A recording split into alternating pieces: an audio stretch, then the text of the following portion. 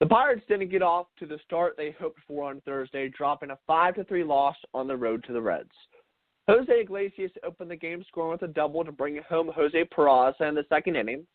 It would take the Pirates until the sixth inning to get on the board when a Jung Ho Kang single brought in Josh Bell and Francisco Cervelli, thanks to some very aggressive base coaching by Joey Cora.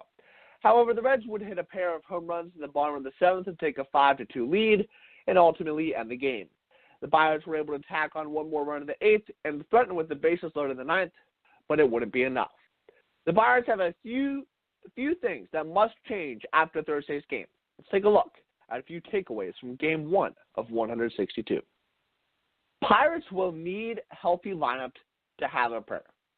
The Pirates lineup tough to look at on paper entering today's game, and that was before Starling Marte's late scratch with a migraine headache. Even with a legitimate ace like Jameson Taillon on the mound, the Pirates are going to need to produce runs. Runs won't come easy for this group without a viable power threat. So while it's nice to manufacture runs like they did on Thursday, they're going to need Marte, Gregory Polanco, and Lonnie Chisenhall healthy to have an offense able to consistently support its strong group of pitchers. This isn't a surprise, though. Fans should have expected this when the Pirates front office didn't do much of anything to shore up an offense that needed a jolt. When healthy, the offense could be capable enough, but they have no margin for error whatsoever. Infield defense must improve. I can shorten this by saying Adam Frazier and Josh Bell's infield defense must improve.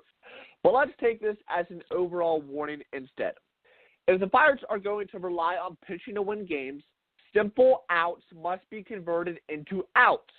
The Pirates technically had one error on Thursday, but it should have been two, as Adam Frazier got lucky with the Cincinnati scorekeeper giving the Reds an extra hit later in the game. Neither Frazier or Bell are known for their defense, but this isn't about asking them to make spectacular plays. Miscommunications on rundowns and the failure to make simple plays could very well be the difference between a win and a loss for a Pirates team that is going to struggle to put runs on the board.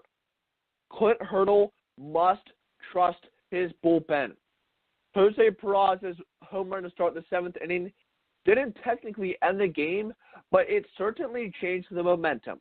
While Jameson Taillon threw a great game overall, it's hard to argue that Hurdle either should have gone to his bullpen after the sixth inning or pulled Taillon the second Peraza's ball up the yard. Taillon only threw 83 pitches, but he was getting too much of the plate all day. The Pirates' bullpen is a clear strength on this team, and you build that stable of arms out there so that you can lean on them to get you 3 to 4 innings if need be. Now, Richard Rodriguez did eventually come in with 2 runners on base and give up a no-doubter to Derek Dietrich, but who knows how that would have gone had Rodriguez been able to enter in a low-leverage situation. Kyle Crick, Keone Kela, Rodriguez, and Felipe Vasquez all proved themselves as more than capable last season. Nick Burdi looked like another quality addition to the group today after striking out all 3 batters he faced. Hurdle must supplement his very strong pitching staff with timely pitching changes to take full advantage of one of the best bullpen groups in the league. But this team battles 12 pitches, 7 foul balls. That was Corey Dickerson's final at-bat.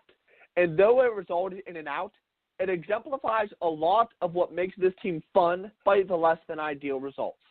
This is nothing new, and it's perhaps the most enjoyable part of this team the last few seasons. Playoff runs or not, this team fights hard. They may not have 15 hits, but they'll generate ugly runs. Luis Castillo could largely dominate them for 5 2/3 innings, but they find a way to get him and force David Bell to make a probably unadvised pitching change. This team doesn't play pretty all the time, but there's never a doubt that they'll fight to the bitter end of every game, which isn't something that can be said for some Pirates teams of old. They're going to need that attitude if they want to keep pace in the loaded NL Central this season. While I question some things about this team on paper, their ability to do that isn't something I ever doubt.